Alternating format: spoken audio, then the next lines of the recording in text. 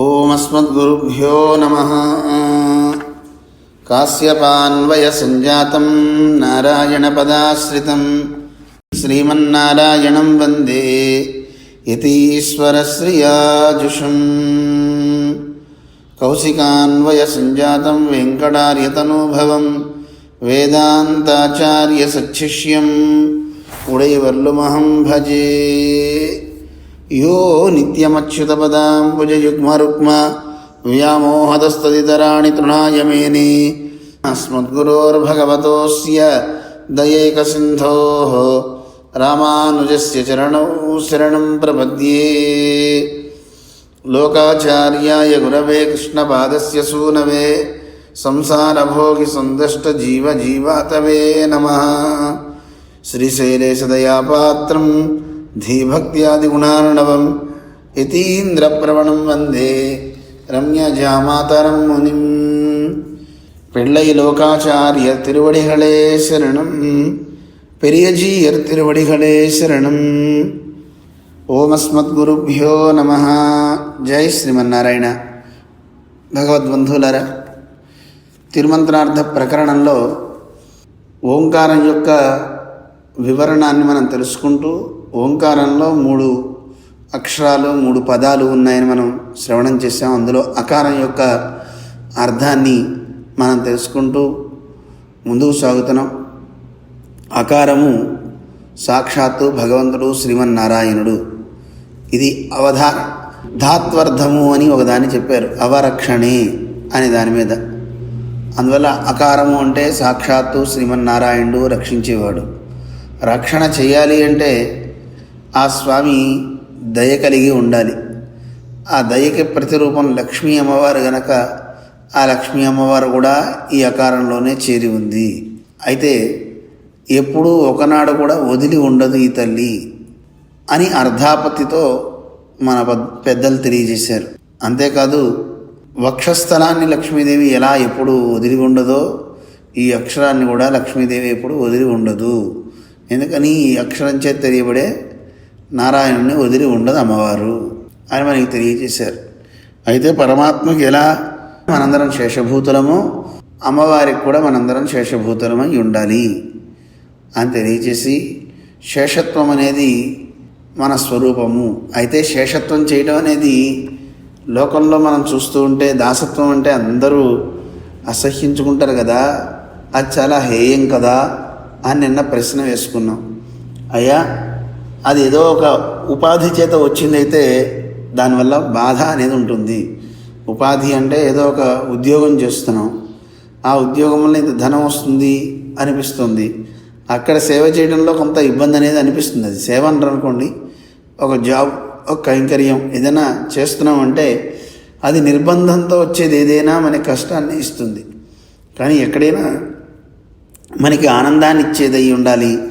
అక్కడ సేవ చేయాలనిపించే ఒక గుణాలు అవతల పక్క కూడా ఉండాలి. అందువల్ల అవతల పక్క ఎవరి దగ్గర అయితే మనం సేవ చేస్తున్నాము, ఆ సేవ చేసేటటువంటి ఆ స్థితిలో అవతల పక్క ఉన్నటువంటి గుణాలు మనని ఆకర్షిస్తే అక్కడ మనం సేవ చేస్తాము అని ఉదాహరణ కావ్యాల్లో ఉన్నటువంటి వాటిని తీసుకున్నారు.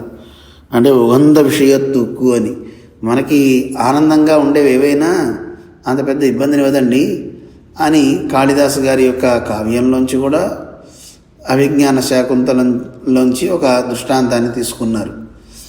అంటే దుష్యంతుడు శకుంత విషయంలో ప్రేమతో ఉన్నప్పుడు తన పాద సంవహనం చేస్తానన్నాడు. అక్కడ శేషత్వమే కదా అది, అదేం దోషం కాదు అక్కడ అని చూపించారు. అలాగే ఇంకా మనకి గొప్ప ఉదాహరణ కావ్యంలోంచి చూపించారు. శ్రీరామాయణంలోంచి లక్ష్మణస్వామి రాముని విషయంలో ఎంత గొప్పగా తాను చూపించాడో. గుణైర్దాస్యం ఉపాగత, రాముల్లో ఉన్నటువంటి గుణాలకి నేను దాసుడిని అయిపోయానండి. రాముడి విషయంలో నేను సోదరునైతే అవ్వచ్చు, కానీ ఆయన గుణాలకి నేను దాసుడిని అన్నాడు లక్ష్మణస్వామి.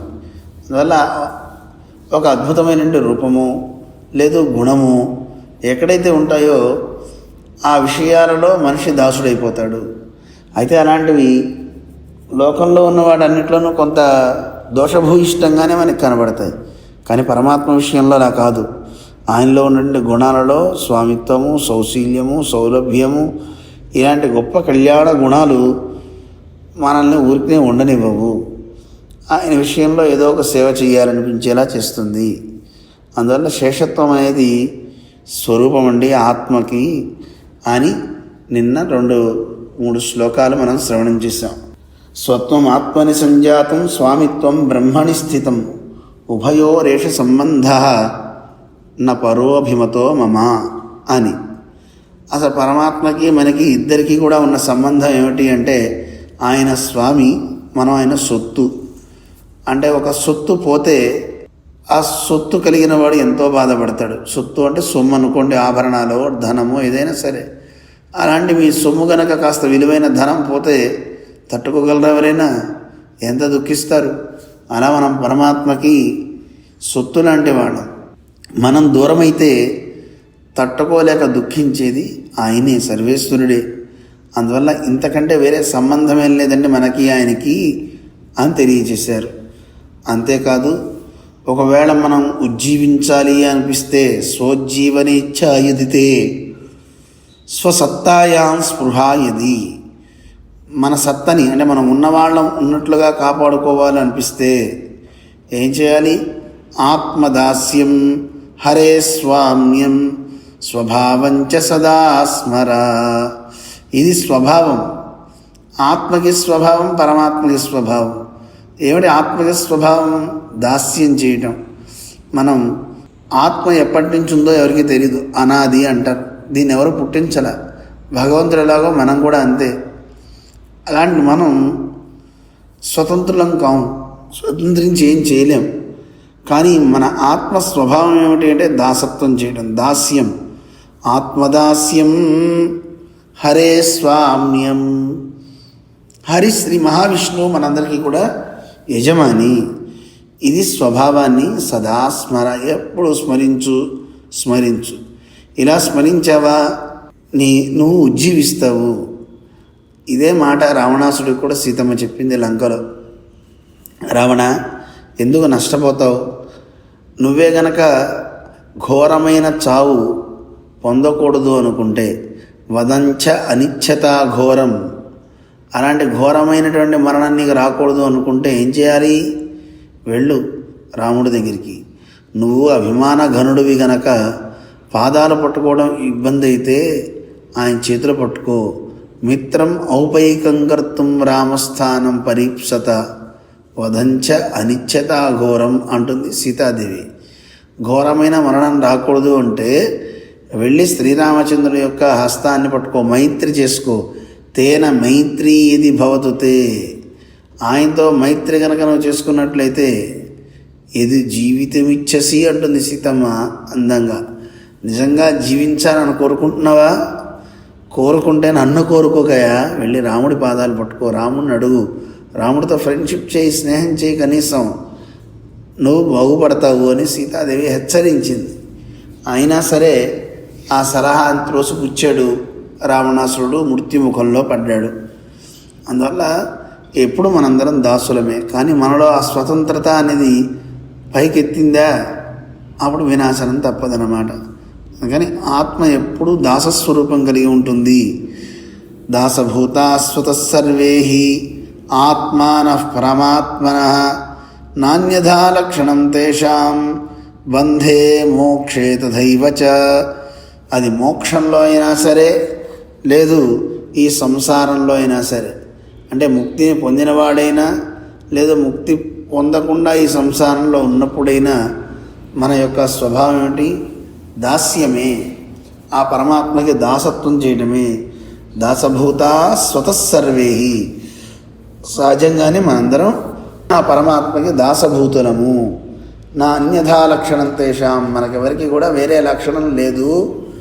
అది ఈ లోకంలో ఉన్నా పై లోకానికి వెళ్ళినా అని చెప్పి తెలియజేశారు. అందువల్ల అయ్యా శేషత్వం అనేది చాలా అవసరం. శేషత్వం ఇల్లాద పోదు స్వరూపమిల్లై. శేషత్వం గనక లేకపోతే స్వరూపం అనేది ఉండదు అంటున్నారు. శేషత్వం ఇల్లాద పోదు ఆత్మ హరరూపమాన స్వాతంత్ర్య బుద్ధి నడక్కయ్యాలే స్వరూపమజిందు విడుమెన్ను మత్తై దర్శిప్పిక్కిరార్ మేలి 2 వాక్యత్తాలే, 2 వాక్యాల ద్వారా మనకు ఒకటి తెలియజేస్తున్నారు. ఏమని? ఈ ఆత్మకి శేషత్వం అనేది ఉండాలి. అలా గనక లేకుండా ఆత్మాపహారము అంటే ఆత్మని దొంగలించడం అంటే ఇది వస్తువు కాదు కదా, నేనే స్వతంత్రుడనే భావన ఏదైతే ఉందో అది రావడం వల్ల మా స్వరూపం నశించిపోతుంది. అందువల్ల ఇది మీకు ఈ విషయాన్ని తెలియజేస్తూ ఒక సూత్రాన్ని తెలియజేస్తున్నారన్నమాట. ఆత్మాపహారమావద్ స్వతంత్రమెన్గిరని నైవు స్వతంత్రమాం పోదు ఇల్లయ్యాయి విడు అని తెలియజేస్తున్నారు పెళ్ళై లోకాచార్య స్వామి. ఏంటి ఆత్మాపహారం అంటే? నేను స్వతంత్రుణ్ణి అని తలంచడం. అలాంటి స్వతంత్రుడై అయ్యామే అనుకోండి, ఇక మనకి సత్తా లేనట్లే, సత్తా పోతుంది అని తెలియజేస్తున్నారన్నమాట సూత్రంలో. అందుకని యోన్యథా సంతమాత్మానం అన్యథా న ప్రతిపద్యతే కింతేన కృతం పాపం చోరేణ ఆత్మాపహారిణాయన్ను సర్వ పాపమూలమాగచ్చున్న ఆత్మాపహరమావదు తన్స్వరూపం స్వతంత్రం ఎన్గిర ప్రతిపత్తి. ఎవడైతే నేను స్వతంత్రుని అనుకున్నారో అలాంటి వాడికి పట్టే గతి ఏమిటి ఇందో చెప్తున్నారు. అయ్యా, ఇది కనుక చేస్తే నేను స్వతంత్రుని అనుకుంటే అప్పుడు ఏమవుతుంది? అది దొంగతనం చేసినట్టు. దొంగతనానికంటూ ఒక శిక్ష ఉంటుంది. మన ఇంట్లో చిన్న బంగారం కాజేస్తే దోషం వేరు, అలాగే చిన్న గాజు ముక్క దొంగిలిస్తే వేరు. గాజు ముక్క దొంగిలిస్తే ఎవరేమనరు. అన్నిటికంటే విలువైంది ఏది దొంగిలిస్తారో వాడిని శిక్షార్హుడిగా గుర్తిస్తారు. మామూలు చిన్న చిన్న వస్తువులు, ఇక్కడ పెన్ను తీసుకున్నాడు, రబ్బర్ తీసుకున్నాడు, ఇది వేరు. కానీ ఏది తీసుకుంటే ఇక అన్నిటికంటే పెద్దదో అది తీసుకుంటే అది చాలా ప్రమాదం. అందులో ఎవరిది? ఈ ఆత్మలన్నీ పరమాత్మకు సంబంధించినవే, దాని మీద ఎవరికి హక్కు లేదు. కానీ అలాంటి దాన్ని వీడు ఏం చేస్తున్నాడు?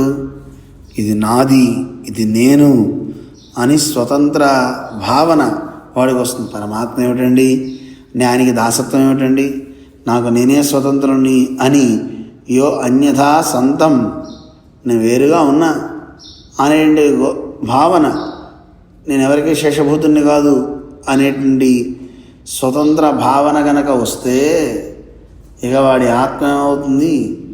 లేనట్లే. అందువల్ల నాయనా అది వద్దు. అలాంటి వాడు ఎన్ని పాపాలు చేసినవాడో చెప్పడానికి వీళ్ళు కింతేన కృతం పాపం, వాడు ఈ పాపం చేయలేదు అంటానికి లేదు, అన్ని పాపాలు చేసిన వాడైపోతాడట. చోరేణ ఆత్మాపహారిణ. చూడండి ఎంత విశేషంగా చెప్తున్నారు.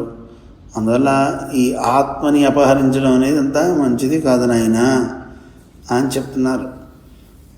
చెప్పి అంటే ఇది యో అన్యథా సంతమాత్మానం, దీనికి వ్యాఖ్యానం చాలా చక్కగా ఇచ్చారు. యహ ఎన్నది ఇదుకు వర్ణాశ్రయాన్ నియమమిల్లై యవనాహిలుమాం. అతను వాడికి వర్ణాశ్రమ ధర్మాలు అనేవి ఇంకా ఏవి పట్టించుకోడు అన్నమాట. అన్యథా సంతం శేషత్వాలే సత్తై యుడయరా ఇరుక్కిర, అంటే వీడికి శేషత్వం అనేటువంటి సత్త ఉన్నప్పటికీ కూడా అన్యథా వీడు భావిస్తున్నాడు. ఏమని భావిస్తున్నాడు?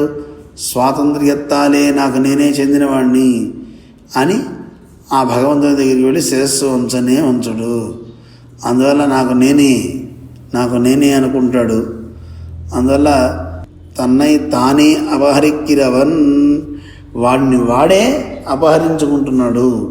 ఏమని? మనందరం దేవుడికి చెందినవాళ్ళం, నేను దేవుడికి చెందినవాడిని ఏం కాదు, నాకు నేనే చెందినవాడిని అనుకోవడమే పెద్ద దోషం కదా. అందువల్ల ఇదే చాలా గొప్ప దోషము. తన్నై తానే అపహరిక్కయ్యావదు, వాడిని వాడే అపహరించడం అంటే ఏమిటి అండి అంటే భగవద్ అనన్యార్హమాన ఆత్మవస్తువై తనక్కు శేషమెన్నో నినైకై, అంటే ఇది భగవంతునికి తప్ప ఎవరికీ చెందినది కాదు ఈ ఆత్మ, మనందరం ఆయనకే చెందినవాడిని. అలాంటి మనని మనం ఏమనుకుంటున్నాం? నేను దేవుడికి చెందినవాడిని కాను, నాకు నేనే చెందినవాడిని అంటున్నాడు. అందువల్ల ఇదే కదండి దొంగతనం అంటే అని చెప్తున్నారు. అందువల్ల ఇది మంచిది కాదు. అదే కాదు, ఇలా గనక చేస్తే వాడు లేనివాడవుతాడు. స్వతంత్రమామళవిల్ అసన్నే ఎనిగిరబడియే స్వరూపం ఇల్లయ్యాయి విడుమెన్గయి. అసలు కనుక ఆ స్వతంత్రత బుద్ధి వస్తే వాడు లేనివాడైపోతాడు. ఏమిటి? వేదంలో మనకు ఒక మంత్రం ఉంది, అసన్నేవ సభవతి అసత్ బ్రహ్మేతి వేద చేత్ అస్తి బ్రహ్మేతి చేద్వేద సంతమేనంతతో విదు అని వేదం చెప్తోంది. అసన్నేవ సభవతి. ఒకడు అంటూ ఉంటాడట, వాడు అసలు లేడండి, దేవుడు లేడు లేడు అనేవాడు ఉంటాడు. అలా దేవుడు లేడు అనేవాడు లేనివాడే అవుతాడు, వాడు కూడా లేకుండా పోతాడు. అందువల్ల అస్థి బ్రహ్మేతి చేద్వేద. ఉన్నాడండి, బ్రహ్మ ఉన్నాడు, అస్థి అస్థి అంటున్నాడు. పైవాడు నాస్తి అంటున్నాడు. అసన్నేవ సభవతి అసద్బ్రహ్మేతి వేద చేత్. అసద్బ్రహ్మ, బ్రహ్మ లేదు అని ఎవడైతే చెప్పాడో వాడు కూడా లేనివాడవుతాడు. సొంతమేనంతతో విదురితి. అలా భగవంతుడు ఉన్నాడని అంగీకరించిన వాడిని వేదాంతులంతా కూడా సొంతం ఉన్నవాడు అని అంటారు. అంటే వాడే ఉన్నవాడంటే డబ్బు ఉన్నవాడని కాదు అర్థం అండి. వాడు జీవించున్నట్టు లెక్క అన్నమాట, వాడు నిజంగా బతికినట్టు అర్థం. అంతేగాని భగవంతుణ్ణి అంగీకరించకుండా నేనే స్వతంత్రునంటూ తిరిగేవాడు ఉన్నా లేనట్లే అని మనకి తెలియజేశారు ఆ శ్లోకంలో అన్నమాట. వేదమంత్రం చాలా అద్భుతమైంది. అందువల్ల నాయన నీ స్వరూపం మొత్తం పోతుంది. స్వరూపం ఇల్లయ్యా విడిమెనగయి, స్వరూపం లేకుండా అవుతుంది అని చెప్పి అందుచేత అగయ్యాల్ శేషత్వం ఇల్లాద పోదు స్వరూపం ఇల్లయ్యన్న తట్టిల్లయ్యన్న కరుతు. శేషత్వం లేకపోతే మీ స్వరూపమే పోతుంది అని చెప్పడం తప్పేమీ కాదు అని దీన్ని ముగిస్తున్నారు. ఆఘా ఇక ప్రకృత్యర్థమాన ఈశ్వరుడయ కారణత్వం. ప్రకృత్యర్థము అంటే దాంట్లో ఉండే సహజ స్వభావం, ఆ ఈశ్వరుని యొక్క స్వభావం చేత ఈ అకారం గురించి చెప్తున్నారు కదా. అకారం చేత ఏం తెలుస్తుంది? పరమాత్మ కూడా సర్వకారణభూతుడు. అకారార్థో విష్ణు జగదుదయ రక్షా ప్రళయకృతు మనం విన్నాం. అంటే ఈ లోకాన్ని సృజించినవాడు శ్రీమన్నారాయణుడు. అందువల్ల అకారం చేత ఏం తెలుస్తుంది? సర్వకారణత్వం తెలుస్తుంది ప్రకృతి అర్థం చేత. అలాగే ధాత్వర్థం చేత ఏం తెలుస్తుంది అంటే అవరక్షణే అనే ధాతువు వల్ల రక్షించేవాడు అని తెలుస్తుంది. అంటే అక్కడ సర్వకారణత్వం ఆయన తెలిసింది. ఇప్పుడు ఆ కారణత్వంతో పాటు ధాత్వర్థంతో ఈయనే రక్షకుడు అని తెలుస్తుంది. ఇక అర్ధబలం అన్నారు, అర్ధాపత్తి. అందులో ఉండే అర్ధపౌష్కల్యాన్ని చూస్తే అర్థమయ్యేది ఏమిటి అంటే శ్రియపతిత్వం. ఈయన లక్ష్మీదేవితో కూడి ఉన్నాడు అని ఆ ఆకారంలో లక్ష్మి ఉంది అని చెప్పారు. అందువల్ల ఇక్కడ అన్నీ మనకు వచ్చినాయి. ఇక లుప్త చతుర్థి అన్నారు. లుప్త చతుర్థియాన చేతన శేషత్వ ప్రతిసంబంధియాన శేషత్వము ఆగిర అకారార్థత్తయ్యరుడిచ్చి దారాయిత్. లుప్త చతుర్థి అంటే నారాయణాయ, ఆ ఆయ పదాన్ని చెప్తున్నారన్నమాట. ఈ ఆయ అనే దాని చేత మనందరికీ అంటే మనందరినీ చేతనుడు అని పిలుస్తారు. ఈ చేతనుడికి ఒక సంబంధం ఉంది పరమాత్మతో. శేషత్వం అనేది మనకు ఉందన్నమాట. అంటే శేషత్వం అంటే దాస్యం. ఆ దాస్యం అనేది కలిగి ఉన్నవాడెవడో వాడిని తొమ్మిగా చెప్తారు. అంటే ఇప్పుడు మనిషి అనాలంటే వాళ్ళలో మనుష్యత్వం ఉండాలి. ఇది పుస్తకం అనాలంటే ఆ పుస్తకత్వం దాంట్లో ఉండాలి. మనం శేషులం అనాలంటే మనలో శేషత్వం ఉండాలి. ఉత్తగా శేషుణ్ణండి శేషుణ్ణి అంటే ప్రయోజనం లేదు. సేవ చేస్తేనే కదా వాళ్ళలో శేషత్వం ఉంది అని తెలుస్తుంది. మరి పరమాత్మగా ఆ రకంగా మనం ఉంటే అప్పుడు మనం శేషత్వం కలిగిన వాళ్ళం అవుతాం అన్నమాట. మరి శేషత్వం ఏదైతే ఉందో దీనికి ప్రతి సంబంధియాన శేషత్వమాగిర అకారార్థத்தை అరుడి చేయదారాయిత్. ఈ శేషత్వం అంటే శేషత్వం కలిగిన వాడికి ప్రతి సంబంధి ఎవరు? శేషి. ఇది జాగ్రత్తగా వినండి. ఎవరైతే సేవ చేస్తారో ఆ సేవ చేసేవాడికి ప్రతి సంబంధి అంటే సేవ స్వీకరించేవాడు సర్వేశ్వరుడు. అర్థమవుతుందా? జాగ్రత్తగా వినండి. మనందరికీ శేషత్వం అనే ధర్మం ఉంది. అంటే సేవ చేసే ధర్మం. మరి సేవ చేసే ధర్మం మనకుంది, చేయించుకునేవాడు ఎవడన్నా ఉండాలి కదా. ఒక ఆయన వడ్డించడానికి రెడీగా ఉన్నాడు, తినేవాడు ఎవడన్నా కావాలి కదా. మనం ఇప్పుడు మనల్ని సమర్పించుకుంటున్నాం పరమాత్మకి. మరి ఈ సమర్పణ ఎవరికి చేయాలి? దీన్ని స్వీకరించేవాడు సమర్థుడైన వాడు కావాలి కదా. అందువల్ల ఈ శేషత్వ ప్రతి సంబంధి పరమాత్మ. ఆ పరమాత్మకి మనందరం చెందినవాళ్ళం. ఆయన కైంకర్యం కోసం మనం ఉన్నాం. అది లుప్త చతుర్థి మనకి తెలియజేస్తుంది అని ఇప్పటిదాకా వీటన్నిటిని తెలియజేశారనమాట. తెలియజేసి అనంతరం మధ్యమాక్షరమాన ఉకారత్తుకు అర్థం ఆల్రెడీ చేయవదాగా ఉపక్రమిక్కిరార్. ఇప్పుడు అకారం తర్వాత ఉన్నటువంటి ఉకారాన్ని అర్థాన్ని చెప్పడానికని ప్రయత్నిస్తున్నారన్నమాట. తర్వాత సూత్రంలో స్థాన ప్రమాణత్తాలే ఉకారం అవధారణార్థం. స్థాన ప్రమాణము అంటే ఆ తర్వాత ఊ వచ్చింది కదా. ఆ ఊ చేత ఏం తెలుస్తుంది అంటే, ఇదిగోండి మనకి ఈయన ఈ ఉకారం ద్వారా మనకి తెలిసేది అవధారణార్థము అని చెప్పారు. అవధారణ అంటే ఈ ఉకారం నిశ్చయార్థాన్ని చెప్తుందనమాట. దాన్ని అవధారణ అంటారు. నిశ్చయార్థం అంటే ఇగో ఇది ఇందుకు, ఇది ఇందుకు అని చెప్తుంది. దాన్ని తెలియజేస్తున్నారు. ఎలా అండి అని. స్థాన ప్రమాణత్తాలే అంటే అక్కడ ఉకారం మధ్యలో ఉంది కదా, దాన్ని వివరిస్తూ అదావదు తదేవ భూతం తదు భవ్యమా ఇదం ఎన్నం తదేవాగ్నిస్తూర్యస్తదు చంద్రమా.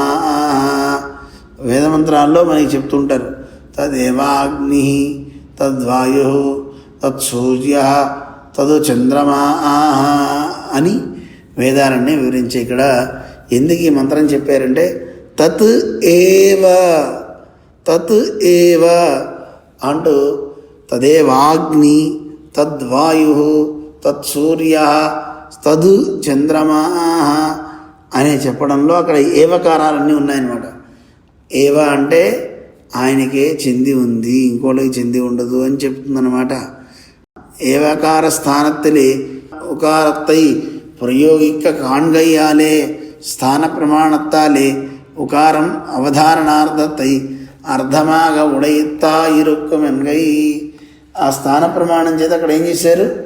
ఉకారం దగ్గర ఆయనకి అని చెప్తున్నారు. అంటే ఇక్కడ చూడండి, తదేవా అన్నప్పుడు ఆ అగ్నికే, వాయువుకే, సూర్యునికే, ఆ చంద్రుడికి అని ఆ చంద్రుడికే వాళ్ళందరిలోనూ అంతర్యామిగా ఉన్నట్ట పరమాత్మ.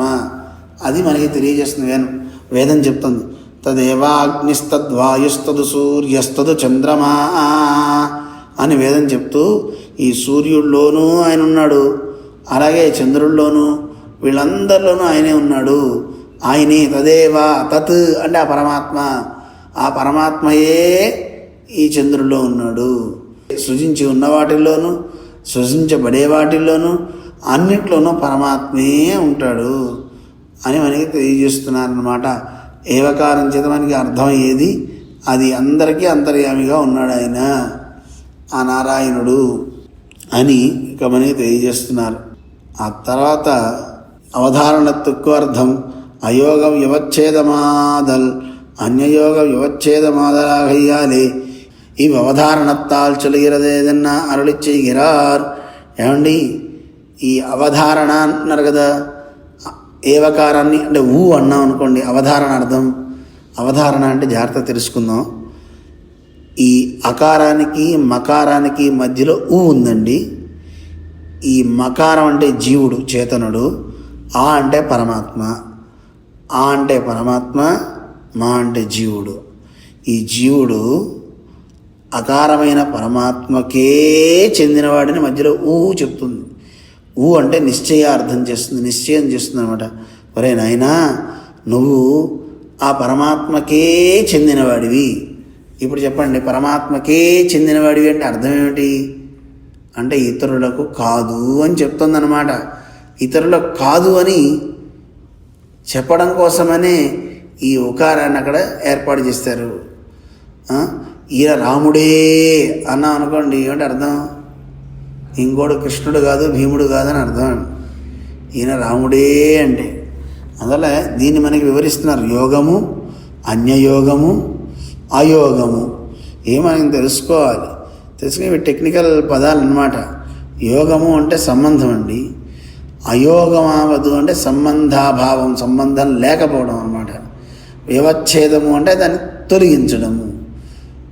యోగము అంటే ఇందాక మీకు చెప్పాక సంబంధం. అన్యయోగము అంటే ఇతరులతో సంబంధము, దాన్ని వ్యవచ్ఛేదమయ్యవదు, ఎల్లై ఎన్గై లేకుండా చేయటము. ఈ ఉకారం చేత ఏం తెలుస్తుందంటే ఈ రెండు అర్థాలు తెలుస్తాయట, అయోగము, అన్యయోగము. ఏమిటి అర్థము అంటే వీడికి ఎవరితోనో సంబంధం ఇంకో దాంతో, అంటే ఈ ఉకారం అని అంటే వీడు తనకి తాను చెందడు, అలాగే ఇతరులకి నేను చెందినవాడిని అనే భావన, ఈ రెండు ఉండకూడదండి. దాన్ని తెలుస్తుంది. నేను ఆయనకి దాసుడినేనండి, ఆ దేవతకి దాసుడినేనండి, ఇది ఉండకూడదు. ఇది అన్యయోగ వ్యవచ్ఛేదం అంటారు. అంటే ఇతర దేవతలకు కూడా నేను దాసుడిననే సంబంధాన్ని వ్యవచ్ఛేదం తొలగిస్తుంది ఉకారము. ఈ ఉకారాన్ని స్మరిస్తే చాలు. మనం ఒకవేళ కనుక ఇతర దేవతలకు కూడా దాసత్వం చేయాలి అని అనిపిస్తే, ఒరే తప్పురా ఇది అని తెలియజేయడం కోసమని ఈ అవధారణ, ఈ ఉకారం ఏం చేస్తుందంటే ఆ అన్యయోగ వ్యవచ్ఛేదం, ఇంకో దాంతో ఉండేదాన్ని తొలగిస్తుంది అని చెప్తున్నారు. అందువల్ల ఈ అవధారణలో చాలా ప్రధానంగా ఉంటుందన్నమాట ఈ అయోగ వ్యవచ్ఛేదము, అన్యయోగ వ్యవచ్ఛేదము. అయోగము అంటే సంబంధం లేకపోవడం. జాగ్రత్తగా మళ్ళీ ఒకసారి గుర్తుపెట్టుకుందాం. ఈ ఏవకారం ఉంది, ఆ ఏవకారం అంటే అదే అని చెప్పడం అన్నమాట. అన్యయోగ వ్యవచ్ఛేదము అంటే ఇతరులతో సంబంధం లేదు అనేది కూడా కట్ చేస్తుంది అన్నమాట. ఇప్పుడు చూడండి, పార్థ ఏవ ధనుర్ధర అని ఇచ్చారు మనకి. ధనుర్ధారి ఎవరు అంటే పార్థ ఏవ. ఆ ఏవా అని అర్థం పెట్టారంటే అర్థం ఏంటి? పార్థుడే, ఇంకోడెవడు లేడు ధనుర్ధారి. ఈయనే మంచివాడు అన్నాం అనుకోండి, ఈయనే అనేది అవధారణ. ఈయనే మంచివాడు అంటే 10 మంది అక్కడ కూర్చుంటే ఈయనే మంచివాడు అంటే ఇతరులు కాదని అర్థం వస్తుందండి అందువల్ల మిగతా వాడిని అన్యయోగ వ్యవచ్ఛేదం చేసేసింది ఏవకారం. ఇది వెనక పెడితే ఈయనే అంటం వల్ల ఇతరులు కాదు అని. అందువల్ల ఈ అవధారణార్థం చాలా జాగ్రత్తగా గుర్తుపెట్టుకోవాలన్నమాట. అందువల్ల దీన్ని మనకి తెలియజేస్తూ அதாவது அவதாரண வாச்சகமான இவ்வுகாரத்தால் ஈஸ்வர சேஷமாகச் சொன்ன இவ்வஸ்து అన్యర్కు శేషమెన్నుమిడత్తై చొల్లగిరదన్గై. ఏమండి, ఈ అవధారణ అనే దాన్ని చెప్తుంది ఈ ఉకారం అని చెప్పాం కదా. ఈ ఉకారం చేత ఏం తెలుస్తుందంటే, మనం కింద తెలుసుకున్నాం కదా, ఈశ్వరుడికి శేషంగా ఉన్నటువంటి ఇవ్వస్తు అంటే పరమాత్మకి శేషభూతులమైన మనము అన్యర్కు ఇతరులకి శేషమెన్నుమిడత్తై, ఇంకొకళ్ళకి శేషం దాసులం కాము అని చెప్తుంది ఈ ఉకారము. ఇది ప్రధానంగా తెలుసుకోవాలండి. మనం ఈ ఉకారం ద్వారా మనకి తెలిసేది ఏమిటి అంటే, మనం పరమాత్మకే దాసులము అని నిశ్చయించి చెప్తుంది. ఒరే నువ్వు ఇంకోటికి చెందినవే కాదురా, ఈ పిల్లవాడు ఈయన పుత్రుడు, ఈయన కుమారుడే అన్నాం అనుకోండి, ఇంకోళ్ళ పుత్రుడు కాదని అర్థం అన్నమాట. అనగా ఈ జీవులందరూ పరమాత్మకే సంబంధించిన వారు, అంటే ఇతరులకి సంబంధం కాదు. ఆయనకే దాసులు అంటే ఇతరులకి దాసులు కాదు అని ఈ అవధారణార్థాన్ని గుర్తుపెట్టుకోండి. ఉకారం చేత మనకి తెలిసేది ఏమిటి అంటే, ఇంకొకళ్ళకి కాదు, మనం అంతా కూడా ఆ స్వామికే దాసభూతులం అని చెప్తుంది. చతుర్థియాలే ఈశ్వర శేషత్వం ప్రతిపాదిత్తమాగ చేదే అన్యశేషత్వం ప్రస్తుతమామో వెన్నెన్. ఏమండి, చతుర్థి అనేది ఇందాక చెప్పారు కదా, కింద మనం విన్నాం కదా. చతుర్థి అంటే అందరికీ గుర్తుండి ఉండాలి. చతుర్థి విభక్తి ఎక్కడుంది? చతుర్థి విభక్తి నారాయణాయ. ఆ ఆయా అంటేనే చతుర్థి అని అర్థం అండి. ఆయా అంటే ఆయన కొరకు అని అర్థం. అక్కడ ఆయన కొరకు అని చక్కగా ఈశ్వర శేషత్వాన్ని ప్రతిపాదించారు కదా, మళ్ళీ అన్యశేషత్వం అంటూ ప్రస్తుతం అవసరమా అంటే అవునండి, అది అవసరమే. అన్యశేషత్వం ప్రస్తుతం మామో వెన్నెల్. ఎందుకు అంటే ఇక్కడ ఇంకో ప్రశ్న కూడా వేశారు. లోకత్తిలే ఉరువనుక్కు శేషమాన గృహ క్షేత్ర పుత్ర దాసాదిగల్. లోకంలో ఒకడికి చెందినటువంటి అంటే శేషభూతమైనటువంటి గృహం కానీ, పొలం కానీ, పుత్రులు కానీ, దాసీ జనం కానీ వీళ్ళంతా ఉన్నారు కదా. వేరేయం సిలకు శేషమాయురకు కాంగయ్యాలే. ఒకడికి చెందినటువంటి ఈ గృహక్షేత్ర పుత్ర దాసాదిகள் మిగతా వాళ్ళకు కూడా అవుతున్నారు కదా, శేషభూతులుగా దాస్యం చేస్తున్నారు కదా. వేరేయం సిలకు శేషమాయురకు కాంగయ్యాలే, ఇంకోళ్ళకి దాస్యం చేయడం అనేది కనపడుతుంది కదా. అంటే అప్పటిపట్ట అన్యశేషత్వం ఇంద స్థలத்திலும் ఉండోవెన్న ఒక శంకై ఉదిక్కుమిరే. అక్కడ ఉన్నట్టుగా ఇక్కడ ఈ స్థలంలో కూడా ఉంటుందా అంటే ఇక్కడ అలా ఉండదండి. తాదృశమాన అన్యశేషత్వం ఇంగిల్లై ఎన్నమిడెత్తి ప్రతిపాదిక్కిరదు ఉకారం. ఈ ఉకారాన్ని అందుకే పెట్టారు. ఒక గృహంలో 10 మంది ఉండొచ్చు. ఆ 10 మందికి ఆ గృహం శేషభూతమై వాడికి కావలసిన వసతులను కల్పిస్తుంది ఆ గృహం. లేదు పొలమైన, పుత్రులైన, అలాగే దాస పరివార జనమైన అందరికీ దాస్యం చెయ్యొచ్చు. కానీ ఇక్కడ ఈ ఆత్మ దాస్యం చేసేది మాత్రం పరమాత్మకే, ఆయనకే తప్ప ఇతరులకు కాదు అని నిశ్చయించి చెప్తుంది ఈ ఉకారము.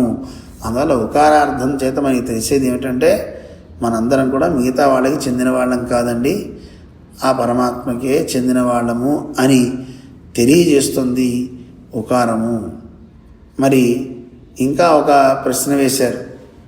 అంగనన్నికే అలా కాకుండా ఈ ఈ ఉకారం చేత లక్ష్మీ శేషత్వం సొలగిరదన్బారుండో ఎన్గిరార్. ఏమంటే ఉకారం చేత లక్ష్మీ సంబంధం కూడా, అంటే లక్ష్మీ అమ్మవారికి కూడా చెప్పేవాళ్ళు ఉన్నారు కదా, ఆవిడికి కూడా శేషత్వం చెయ్యాలి అని చెప్తున్నట్టుగా ఉకారం చేత తెలియబడుతున్నారు అని అంటే దానికి సూత్రంలో తెలియజేస్తున్నారు. పెరియ పిరాట్టియార్కు శేషమన్గిరదన్నం సొల్లువరుగల్. లక్ష్మీదేవి కూడా శేషభూతులమని చెప్పేవాళ్ళు కూడా కొంతమంది ఉన్నారు. అంటే ఉకారం చేత, అంటే కొంతమంది ఉన్నారంటే మనం చెప్పట్లేదని అర్థం. లక్ష్మీదేవి అకారంలోనే ఉందని చెప్పేశారు. ఉకారం చేత ఇక్కడ చెప్పాల్సింది ఏమిటి అంటే నిశ్చయార్థాన్నే తప్ప, అంటే ఈ జీవుడు పరమాత్మకే చెందినవాడురా, ఇంకోళ్ళకి కాదు అని చెప్పడంలోనే ఈ అవధారణ అర్థం. కానీ కొంతమంది ఇక్కడ లక్ష్మీదేవిని ఉకారం స్థానంలో చెప్పేవాడు కూడా ఉన్నారండి అంటున్నారు. అకారశ్చిత్ స్వరూపస్య విష్ణోర్వాచక ఇష్యతే. అకారము చైతన్యం కలిగినటువంటి విష్ణుమూర్తికి వాచకంగా చెప్తున్నారు. ఉకారము చిత్ స్వరూపా శ్రియోవాచ తథా విదు. ఉకారం చేత లక్ష్మీదేవి, మకారస్తు తయోర్దాస ఇది ప్రణవలక్షణం. మకారం వల్ల వీళ్ళిద్దరికీ దాసుడు అని తెలుస్తుందండి, ఇది ఓంకారం యొక్క లక్షణము అని ఒకరు. అకారేణోచ్యతే విష్ణు సర్వలోకేశ్వరో హరి. అకారం చేత సర్వలోకాలకి ఈశ్వరుడైనటువంటి ఆ విష్ణువు తెలియబడుతున్నాడు, ఆ హరి అన్నారు. ఉద్ధృత విష్ణునా లక్ష్మీ ఉకారేణోచ్యతే సదా. ఆ లక్ష్మీదేవి ఉకారం చేత తెలియబడుతుంది ఎల్లప్పుడూ. మకారస్తు తయోర్విప్ర శ్రీనారాయణయో సదా ఆత్మశేషభూతస్య వాచక శృతిచోదిత. మకారం చేత శ్రీమన్నారాయణుడికి, అంటే శ్రీనారాయణ లక్ష్మీనారాయణ ఇద్దరికీ దాసత్వం అనేది శేషభూతంగా మనంతరం ఉండాలి అనేది వాచకంగా ఉంది అని తెలుస్తుంది కదా. అంటే ఇత్యాదిగళాలే భగవశాస్త్రத்திலே అకారత్తై భగవద్వాచకమాఘవం ఉకారత్తై లక్ష్మీవాచకమాఘవం మకారత్తై దుభయ శేషభూత జీవా వాచకమాఘవం సుల్లుగయ్యాలే. ఇక్కడ చూడండి, భగవశాస్త్రం కూడా చెప్తుంది. అంటే భగవశాస్త్రం అంటే పాంచరాత్ర ఆగమం. అకారం భగవంతుని యొక్క వైభవాన్ని చెప్తుంది, అంటే నారాయణుడు అని చెప్తుంది. ఉకారం లక్ష్మీవాచకం అని చెప్తోంది. మకారం వారిద్దరికీ శేషభూతమైనటువంటి జీవులకి సంకేతం అని చెప్పడం చేత ఇక్కడ ఉకారార్థం చేత అవధారణ వాచకమాగ కొల్లాదే, ఉకారం చేత అవధారణ అనేది పెట్టుకోకుండా లక్ష్మీ వాచకమాగ కొండు, లక్ష్మీదేవిని చెప్పడం తీసుకోవడం. ఈ ఉకారత్తాలే పెరే పిరాట్టియార్ విశేషమన్యరదిన్నం నిర్వహిప్పవరగళ్ళెన్గై. కొంతమంది ఇలాగా ఈ ఉకారం చేత లక్ష్మీదేవి అని చెప్తున్నారండి. ఆ అంటే నారాయణుడు, ఓ అంటే లక్ష్మి, మా అంటే వారిరువురికి దాసులు అని చెప్తున్నారు. అంటే దాన్ని వివరిస్తున్నారు. అత్తై పత్తవం పూర్వ యోజనయ్యే ముఖ్యమెన్నమత్తై అరుడిచ్చేగిరార్ అదిலும் అన్యశేషత్వం గజగయ్యే ప్రధానం. అంటే ఇక్కడండి ఉకారం చేత లక్ష్మీదేవిని చెప్పడం కంటే అవధారణార్థం చెప్పడమే చాలా విశేషము. ఎందుకంటే ప్రధానంగా అన్యశేషత్వం కజిగయ్యే ప్రధానం. మనం పరమాత్మకే చెందిన వాళ్ళం అండి, మిగతా వాళ్ళకి చెందిన వాళ్ళం కాము. అందువల్ల దాన్ని ఖండించడం కోసమనే ఉకారం చేత అవధారణార్థాన్ని చెప్తున్నారు అని ఆ సూత్రంలో తెలియజేస్తున్నారు. కీచున్న భగవచ్చేషత్వకు విరోధియాన అన్యశేషత్వం గజగయ్యే ప్రధానాపేక్షితమన్గై. పరమాత్మకు భగవచ్చేషత్వత్తుకు అంటే పరమాత్మకి శేషత్వం చేయడానికి విరోధి ఏమిటండి? అన్యశేషత్వం. నేను దేవుడికి దాసుడినే, ఈ దేవుడికి దాసుడినే, ఆ దేవుడికి దాసుడినే అంటున్నారు కొంతమంది. దేవుళ్ళు అసలు ఎంతమంది ఉంటారు? ఒక్కడే ఉన్నవాడు. కానీ మన వాళ్ళు భ్రమించి వాళ్ళని చేద్దాం వీళ్ళని చేద్దాం అని అనుకుంటున్నాం. కానీ ఒక పెరుమాళ్ళని మనం ఆశ్రయిస్తే చాలన్నీ తానే చూసుకుంటాడు, మనని రక్షిస్తాడు. పరిపూర్ణమైనటువంటి విశ్వాసం మనకి ఆయన ఎందుకు కావాలి. కానీ ఆయన శేషత్వం, ఆయనకి సేవ చేయడంలో మనకి విరోధం ఏమిటి అంటే అన్యశేషత్వం. అది తొలగితే ప్రధానం గనక ఆ తొలగడం కోసమే ఇక్కడ మనకి ఇదిగో ఇలా పెట్టారండి అని తెలియచేస్తున్నారు. మరిన్ని విషయాలు రేపు తెలుసుకుందాం. பிள்ளை லோகாச்சாரியர் திருவடிகளே சரணம். பெரிய ஜீயர் திருவடிகளே சரணம். ஓம் அஸ்மத்குருभ्यो நமः. ஜெய் ஸ்ரீமன்னாராயண.